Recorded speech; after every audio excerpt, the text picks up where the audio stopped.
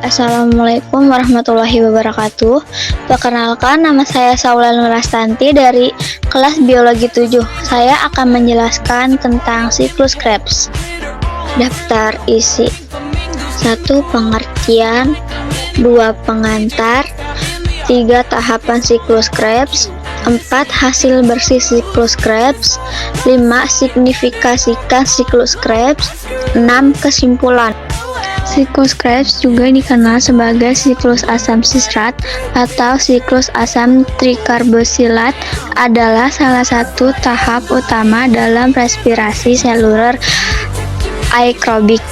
Siklus ini terjadi di matriks mitokondria dan berfungsi untuk menghasilkan energi dalam bentuk ATP serta elektron berenergi tinggi dalam bentuk NADH dan FADH2 yang digunakan dalam rangkai transport elektron. Pengantar: siklus Krebs dimulai setelah glikolisis dan proses dekarboksilasi oksidatif. Glukosa dipecah menjadi 2 molekul asam piruvat yang diubah menjadi asetil CoA melalui proses dekarboksilasi oksidatif. Asetil CoA ini adalah bahan bakar utama untuk siklus Krebs. Tahapan siklus Krebs: A. Kondensasi. Asetil CoA 2 karbon bergabung dengan oksalasetat 4 karbon membentuk sitrat 6 karbon. Reaksi ini dikatalisis oleh enzim sitrat sintase. B. Isomerisasi. Sitrat diubah menjadi isositrat melalui reaksi 2 tahap yang dikatalisis oleh enzim akonitase. C. Dekarboksilasi oksidatif 1.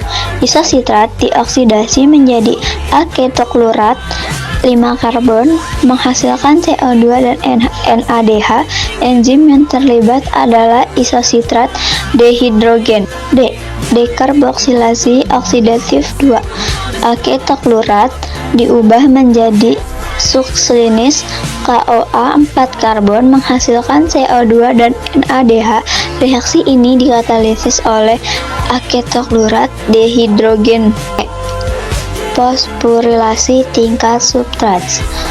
Sukslinis CoA dikonversi menjadi suksinat menghasilkan GTP atau ATP melalui fosforilasi tingkat substrat dengan membantu enzim sukslinis CoA sintase. F. Oksidasi 1. Sukminat dioksidasi menjadi fumarat menghasilkan FADH2. Reaksi ini mengkatalisis oleh enzim suksinat dihidrogenase. G. Hidrasi. Fumarat diubah menjadi malat melalui penambahan air, dikatalisis oleh fumarasida-2. Malat dioksidasi menjadi oksalasetat menghasilkan NADH. Enzim yang terlibat adalah malat dihidrogen.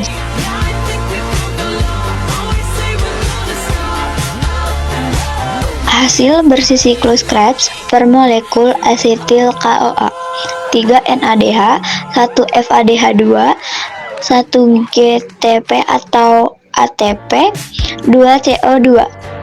Karena setiap molekul glukosa menghasilkan 2 molekul asetil CoA, maka hasil bersih siklus Krebs per molekul glukosa adalah 2 kali. Signifikasi siklus Krebs: menghasilkan elektron berenergi tinggi NADH dan FADH2 yang digunakan dalam rantai transport elektron untuk menghasilkan ATP, menyediakan prekursor metabolit untuk biosintesis seperti asam amino, nukleotida, dan lipid, berperan dalam pengaturan energi seluler.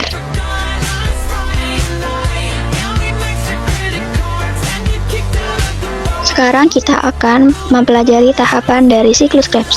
Pertama, penggabungan molekul asetil koenzim A dengan oksalasetat dan membentuk asam sitrat. Enzim yang digunakan dalam reaksi ini adalah enzim asam sitrat sintase.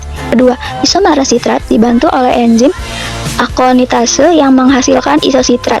Yang ketiga, enzim isositrat dihidrogenase mengubah isositrat menjadi alfa-getoglutarat dengan bantuan NADH. Setiap satu reaksi melepaskan satu molekul karbon dioksida. Yang keempat, alfa-getoglutarat diubah menjadi suklinis. Koenzim A reaksi ini dikatalisis oleh enzim alfa-getoglutarat dihidrogenase. Yang kelima, suklinis, enzim A diubah menjadi suklinat dengan pengubahan GDP plus PI menjadi GTP. GTP ini digunakan untuk membentuk ATP. Yang keenam, sukslinat yang dihasilkan dari proses sebelumnya akan dihidrogenase menjadi fumarat dengan bantuan enzim sukslinat dihidrogenase. Tahapan ketujuh terjadi dehidrasi, yaitu pembahasan atom hidrogen pada ikatan karbon ganda yang ada pada fumarat sehingga menghasilkan malat. Tahapan ke-8, enzim malat dihidrogenase mengubah malat menjadi oksalasetat. Oksalasetat yang dihasilkan berfungsi untuk menangkap asetil koenzim A kembali sehingga siklus Krebs akan terus berlangsung pada tahap ini. Juga dihasilkan NADH sehingga 3 dari NADH+. Kesimpulan tentang siklus Krebs. Siklus Krebs adalah proses metabolisme penting dalam respirasi seluler yang terjadi di matriks mitokondria. Fungsinya adalah menghasilkan energi dalam bentuk ATP serta elektron berenergi tinggi NADH dan FADH2 yang digunakan dalam rantai transport elektron untuk menghasilkan lebih banyak ATP.